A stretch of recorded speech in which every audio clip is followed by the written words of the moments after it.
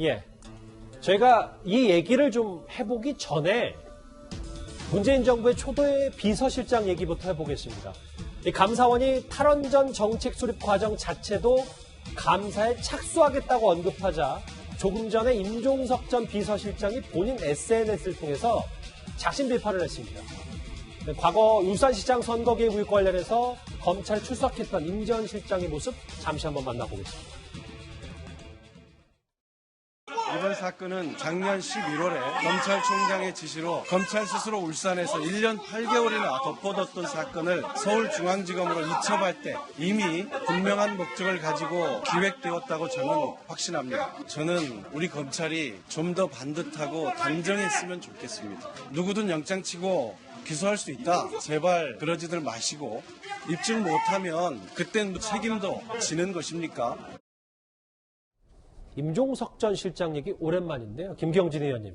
감사원이 탈원전 관련해서 뭔가 전방위로 압박이 들어가는 느낌을 본인 스스로 받았는지는 모르겠는데 이거 관련해서 최재형 감사원장도 비판하고 윤석열 총장도 비판하면서 이번에 8.15 광화문 집회 때 방역 책임을 물었던 전광훈 목사를 이제 같은 선상에 놨거든요. 저희가 어떻게 좀 받아들여야 됩니까? 글쎄요. 비뚤어지고 왜곡된 시각이라고 봐야겠죠.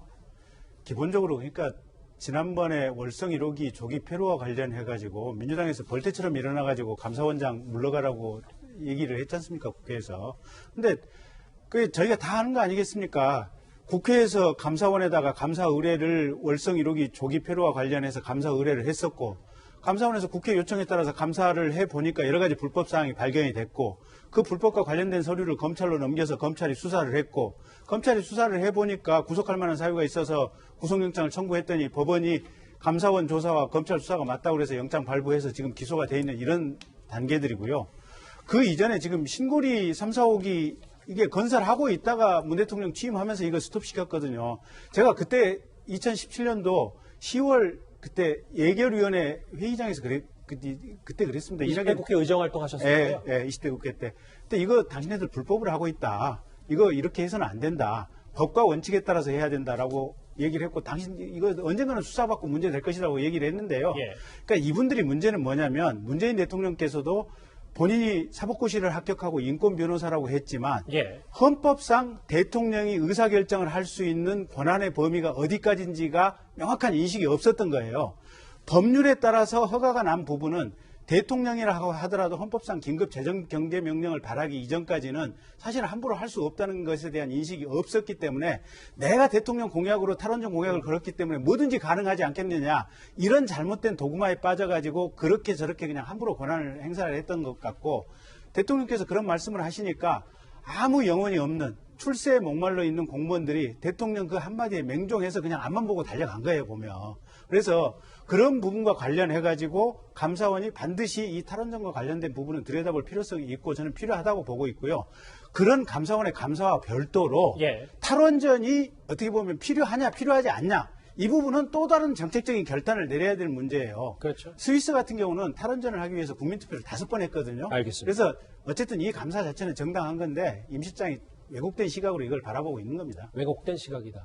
김관욱 교수님, 네. 저 자막을 한번 다시 부탁드려도 될까요? 왜냐하면 윤석열 총장과 최재형 감사원장은 이제 현 정부에서 임명된 인물들을 전광훈 목사와 같은 냄새가 난다고 작심 비판하는 게 현 정부 초대 비서실장으로서 억울한 측면이 있어도 저걸 맞냐? 벌써 좀 비판이 있는데 김관욱 교수님 이유가 있다고 봐요. 그러니까 예. 임종석 전 실장이 이 세 분을 굉장히 다른 분들이에요. 그런데 같은 맥락에서 지금 얘기를 하고 있는 거는 지금 정광훈 목사 같은 경우 종교인이잖아요.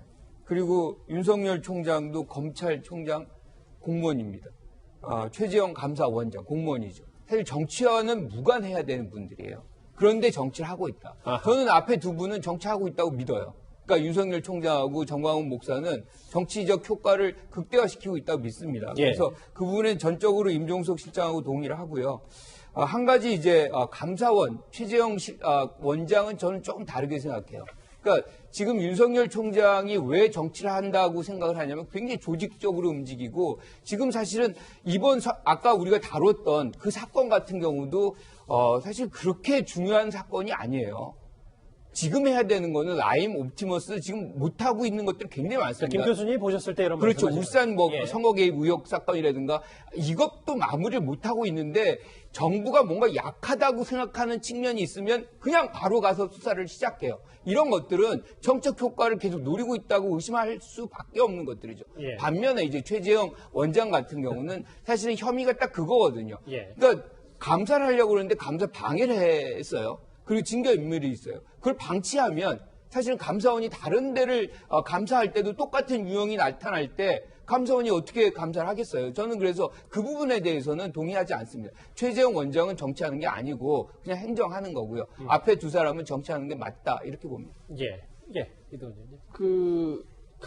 냄새가 난다고 그랬는데 그거는 원래 임종석 그 실장의 표현은 아니죠. 다른 분이 즐겨 쓰는 표현인데 그거를 임 실장이 이제 배운 것 같은데 정광훈 목사 같은 경우에는 이제 정치에 너무 깊숙이 관여한 목사로서 약간 논란의 여지가 굉장히 많습니다. 그렇지만 윤석열, 최재형 두 분에 대해서는 저는 생각이 많이 다릅니다. 예.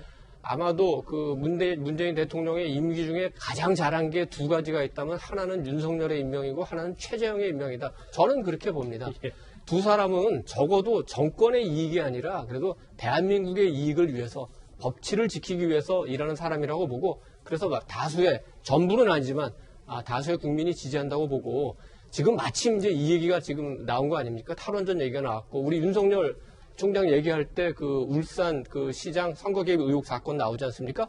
우리 아까 얘기했던 불법 출국 금지 세계를 관통하는 키워드가 뭐죠? 뭡니까? 그거는 법이 아니라 대통령의 생각이 우선이다. 아하. 대통령의 생각 때문에 불법을 저질러도 된다.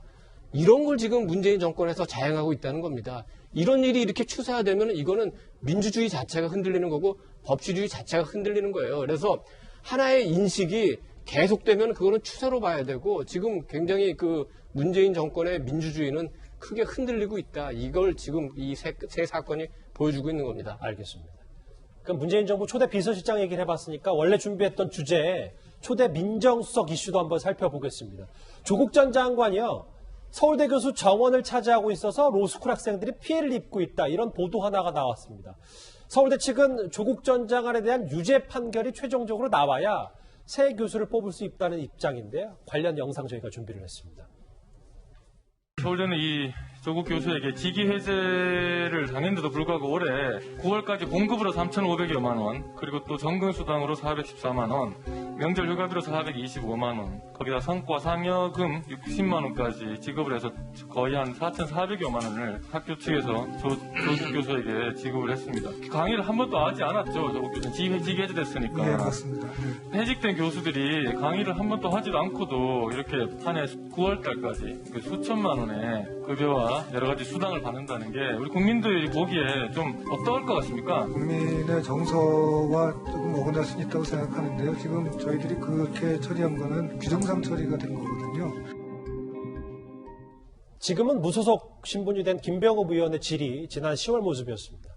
네, 장혜철 평론가님, 일부 보도는 5년째 알박기라는 표현까지 썼는데 그것보다 좀 더 저희가 구체적인 사실만 확인하면 아직 최종 판결이 안 났기 때문에 조국 전 장관에 대해서 서울대는 직위 해제됐음에도 매달 한 250만 원 정도를 조국 전 장관에게 월급을 주고 있다. 이거는 사실관계는 맞는 겁니다. 네, 맞습니다. 지난 12개월 동안 직위 해제된 상태 이후에 월 급여의 한 50% 정도인 250만 원 정도가 지급이 되었고요. 예. 그 외에도 상여금 등을 포함해서 정근수당, 명절 휴가비 등이 별도로 2,300만 원가량 11개월 동안 지급되면서 모두 합해서 11개월 동안 5천만 원 정도가 조국 전 장관에게 지급이 된 상태입니다. 그런데 이 5년째 알박기라는 표현이 다소 과도한 표현이 맞는지는 모르겠지만 2017년에 대통령 민정수석으로 임명이 되면서부터 일단 서울대 로스쿨을 떠났습니다. 네. 그 이후에 장관이 되었고 장관에서 나오고 나서는 복귀하려고 했지만 재판에 휘말리게 되면서 다시금 강의를 할 수 없는 상태였습니다.